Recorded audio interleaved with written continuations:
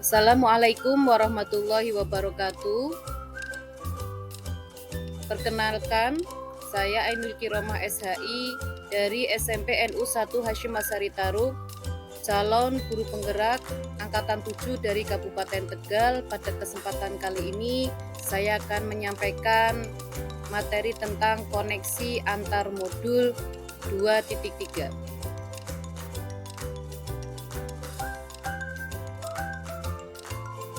Pada kesempatan kali ini, tujuan pembelajarannya adalah calon guru penggerak menyimpulkan dan menjelaskan keterkaitan materi yang diperoleh dan membuat refleksi berdasarkan pemahaman yang dibangun selama mempelajari modul dalam berbagai media.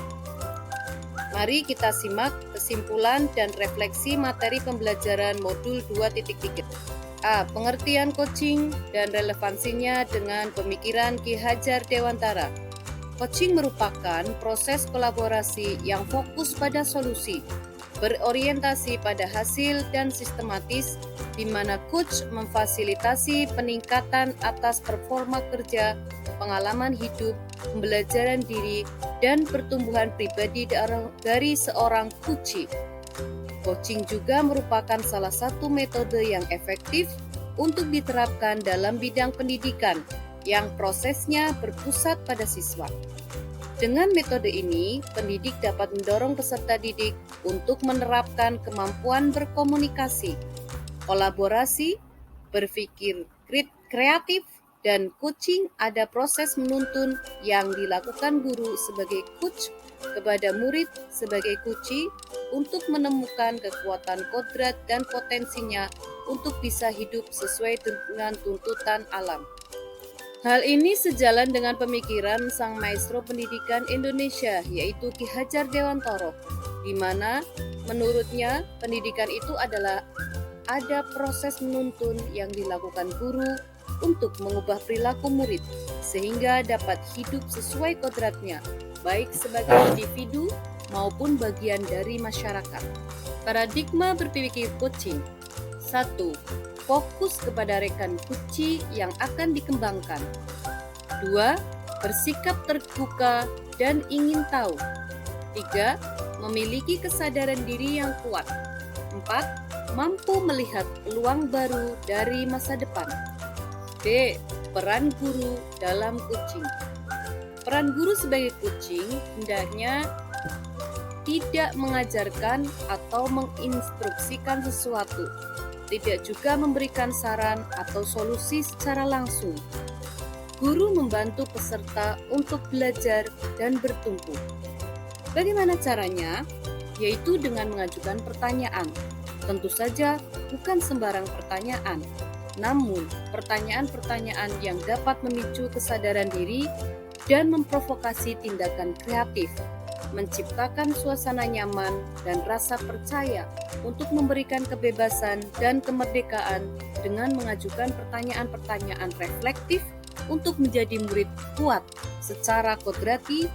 Dengan demikian, diharapkan guru dapat menuntun peserta didik untuk menemukan solusi di setiap permasalahan dan meraih prestasi terbaiknya dengan kekuatan yang dimilikinya.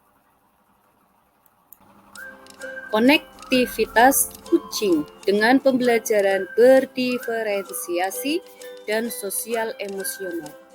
Sistem Among yang dianut Ki Hajar Dewantara menjadikan guru dalam perannya bukan satu-satunya sumber pengetahuan, melainkan sebagai mitra peserta didik untuk melejitkan kodrat dan irodat yang mereka miliki.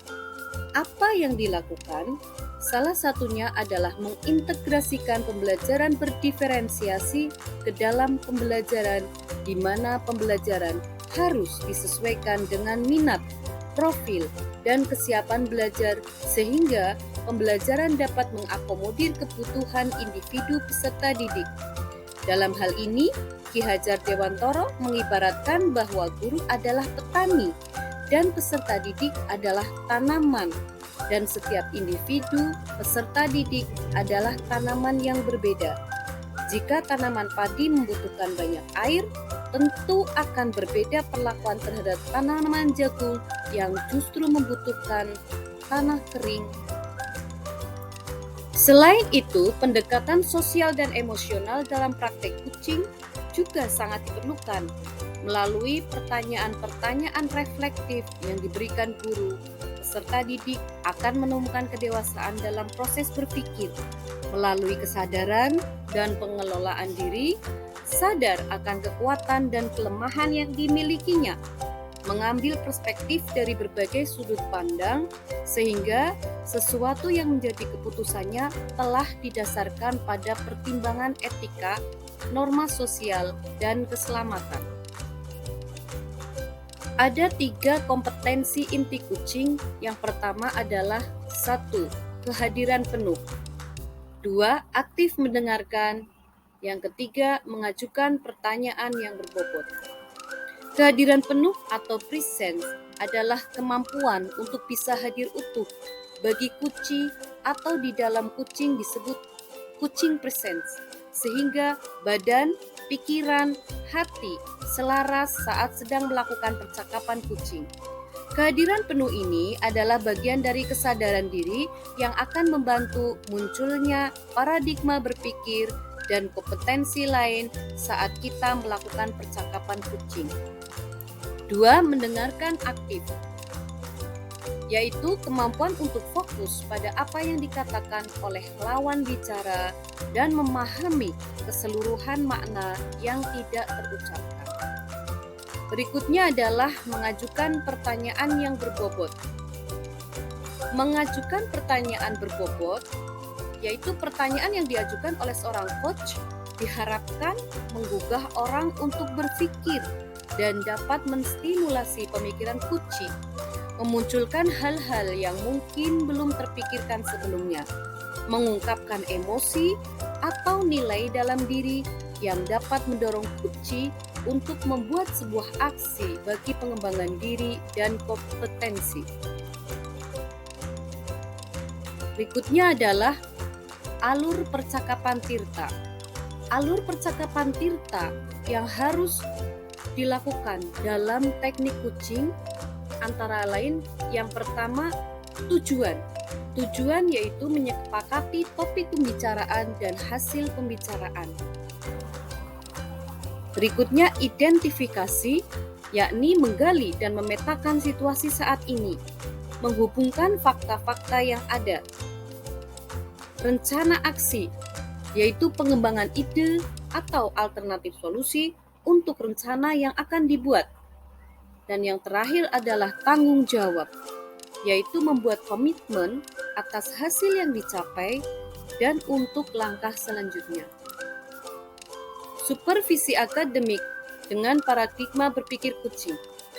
Supervisi akademik perlu dimaknai secara positif sebagai kegiatan berkelanjutan yang meningkatkan kompetensi guru sebagai pemimpin pembelajaran dalam mencapai tujuan pembelajaran, yakni pembelajaran yang berpihak pada murid.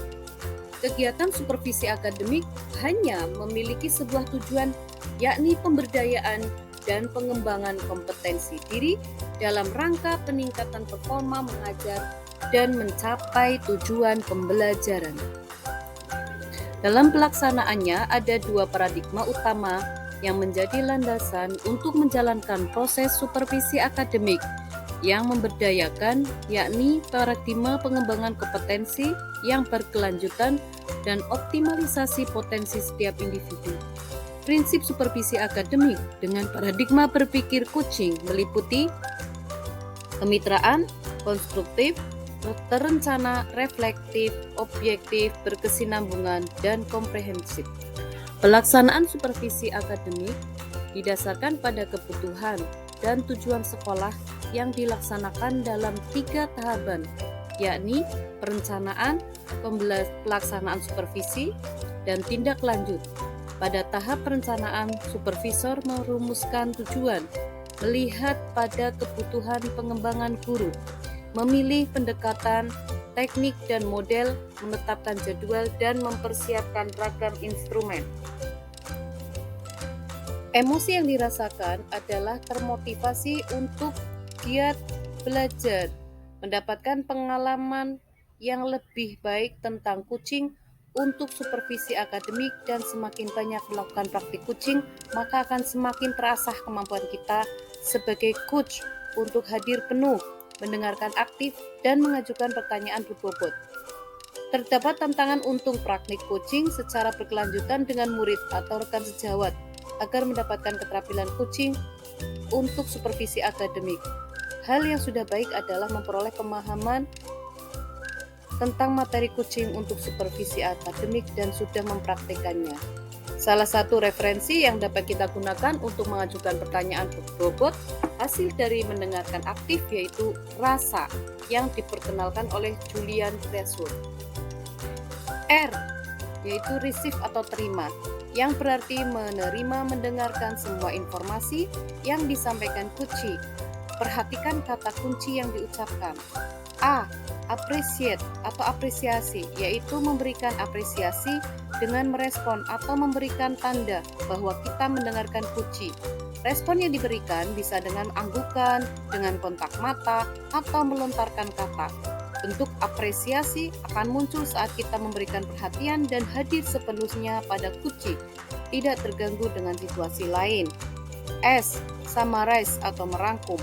Saat kucing selesai bercerita, rangkum untuk memastikan pemahaman kita sama.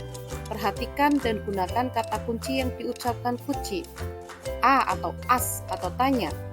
Coach mengajukan pertanyaan berbobot berdasarkan apa yang didengar dan hasil merangkum atau summarizing, membuat pemahaman kucing lebih dalam tentang situasinya.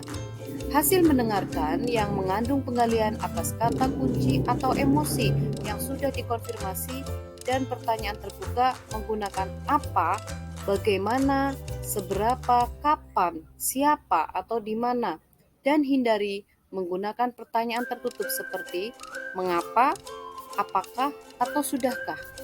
Jika keterampilan kucing sudah meningkat, maka pengembangan kompetensi guru sebagai pemimpin pembelajaran akan meningkat pula. Percakapan-percakapan kucing membantu para guru berpikir lebih dalam menggali potensi yang ada dalam diri dan komunitas sekolahnya, sekaligus menghadirkan motivasi internal sebagai individu pembelajar yang berkelanjutan yang akan diwujudnyatakan dalam buah pikir dan aksi nyata demi tercapainya kualitas pembelajaran yang berpihak pada murid. Demikian koneksi antar materi modul 2.3 yang dapat saya sampaikan, kurang lebihnya mohon maaf. Terima kasih, Guru Bergerak Indonesia Maju. Wassalamualaikum warahmatullahi wabarakatuh.